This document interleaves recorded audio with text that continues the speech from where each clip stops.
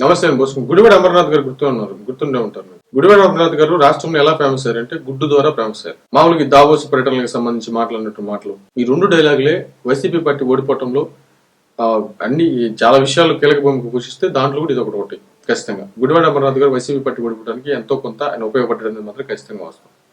ఆయన శ్రమించాడు కూడా. అంటే గుడ్డు పొదగాలి, పిల్ల అవ్వాలి, పెట్టవ్వాలి, ఈ మాటలు ఒకటి ప్లస్ కూడా దావోసులు తెచ్చాలి, ఇవన్నీ మాటలు మాట్లాడింది. అంటే ఒక రకంగా చెప్పాలంటే ఏదైనా ఒక ఇష్యూని కేర్లెస్ గా మాట్లాడటం. ఇది చాలా అంటే ఆయన తెలిసి మాట్లాడుతాడో తెలియక మాట్లాడుతాడో తెలియదు కానీ చాలా డ్యామేజ్ అయింది వైసీపీ పార్టీకి. ఇప్పుడు ప్రధానంగా మళ్ళీ ఏంటంటే పవన్ కళ్యాణ్ గారి గురించి ప్రస్తావిస్తారు ప్రతిసారి. బట్ ఈయన ఎవరు పట్టించుకోరు కానీ వాస్తవంగా అయితే. కానీ ఒక విషయం మాత్రం చాలా బాధ అనిపించి నేను ఈ వీడియో చేస్తున్నాను. అదేంటంటే ఆయన పవన్ కళ్యాణ్ అనేటువంటి ఆయన ఉన్నాడు, ఆయన ఎప్పుడో గుళ్ళు తిరుగుతూ ఉంటాడు, పరిపాలన పట్టించుకోడు. అంటే నాకు అర్థం కాదు ఏంటంటే దేవాలయాలంటే అంత వ్యంగ్యంగా ఎందుకు మాట్లాడతారు లేదని నాకు అర్థం కావట్లేదు. మామూలుగా ఇప్పుడు దేవాలయానికి వెళ్తే ఏమవుతుంది, ఏ మతానికి సంబంధించిన వాళ్ళు దేవాలయానికి వెళ్తారు, దాంట్లో తప్పేంటి? ఆయన వెళ్తాడు, తప్పేంటి? గుళ్ళు చుట్టూ తిరుగుతున్నాడు అంటే అంత చీప్ అయిపోయిందా మరి? గుళ్ళు దేవాలయాలు అంటే అంత చీప్ అయిపోయినా? ఏంది దౌర్భాగ్యకరమైనటువంటి విషయం? అంత చీప్ గా మాట్లాడతారు ఏంటి?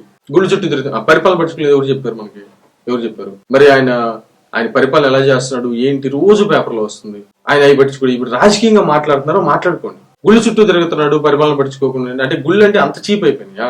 ఇది నిజంగా చాలా మంది బాధ కలిగిస్తున్నటువంటి పరిస్థితులు అయితే ఉన్నాయి సోషల్ మీడియా వేదికగా. ఒకసారి గుడివాడ అమర్నాథ్ గారు చెక్ చేసుకుంటే బెటర్. మీరు మాట్లాడండి, పవన్ కళ్యాణ్ గారు ఆ తప్పు చేసాడని చెప్పండి, పరిపాలన సరిగ్గా చేయట్లేదని చెప్పండి, ఇంకోటి చెప్పండి. ఇప్పుడు పవన్ కళ్యాణ్ గారు సనాతన ధర్మం స్టాండ్ తీసుకున్నాడు అది ఇది అని చెప్పేసి మాట్లాడుతున్నారు. సనాతన ధర్మం సంబంధించి మీకు తెలిసిన ధర్మం ఏది మీరు చెప్పండి. అట్లా స్టాండ్ తీసుకోవడం తప్పు, సనాతన ధర్మాన్ని నాశనం చేయండి, సనాతన ధర్మం వేస్ట్ చెప్పండి. అది చెప్పండి ఫస్ట్, అదైనా చెప్పండి. మరి ఏ ధర్మం ఫాలో అవ్వాలో చెప్పండి.